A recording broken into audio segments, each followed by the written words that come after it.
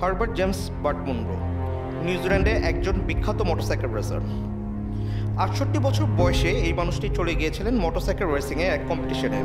যে বয়সে সবাই নিজেকে গুটিয়ে নেয় সেই বয়সে তিনি কম্পিটিশনে গিয়ে করেছিলেন অন্যরকম রেকর্ড, বনভিলে ৯৫০ সিসির চ্যাম্পিয়ন। অনন্য এই ঘটনাকে কেন্দ্র করে রচিত হয় একটি cinema, the world's fastest Indian. But Munro চরিত্রে অ্যান্টনি হপকিন্স এই সিনেমায় অভিনয় করে বলেছিলেন এক অদ্ভুত কথা: তুমি যদি তোমার স্বপ্নের কথা না শোনো, বয়স হয়েছে বলে যদি নিজেকে গুটিয়ে নাও, তাহলে তোমার আর সবজির মধ্যে বিশেষ কোনো পার্থক্য নেই। যদিও বাস্তব জীবনে বার্ট মুনরোর মতো এরকম স্বপ্নবাজ ডান পিঠে বৃদ্ধ খুঁজে পাওয়া কঠিন।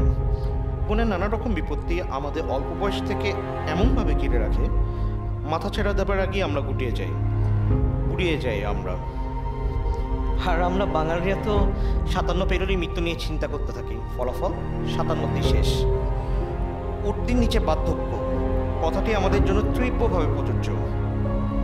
তবে এও ঠিক, এমনও মানুষ আছে আমাদের আশেপাশে মুখের পরিলেখা যাদের বিচলিত করে না। বয়স বৃক্ষকে বুড়ো আঙুল দেখিয়েই যারা ক্রমশ হতে থাকেন তরুণ, নাবিশ্বাস ওঠা কর্মকাণ্ডে নিয়মিত আমাদের করে চলেছেন বিব্রত।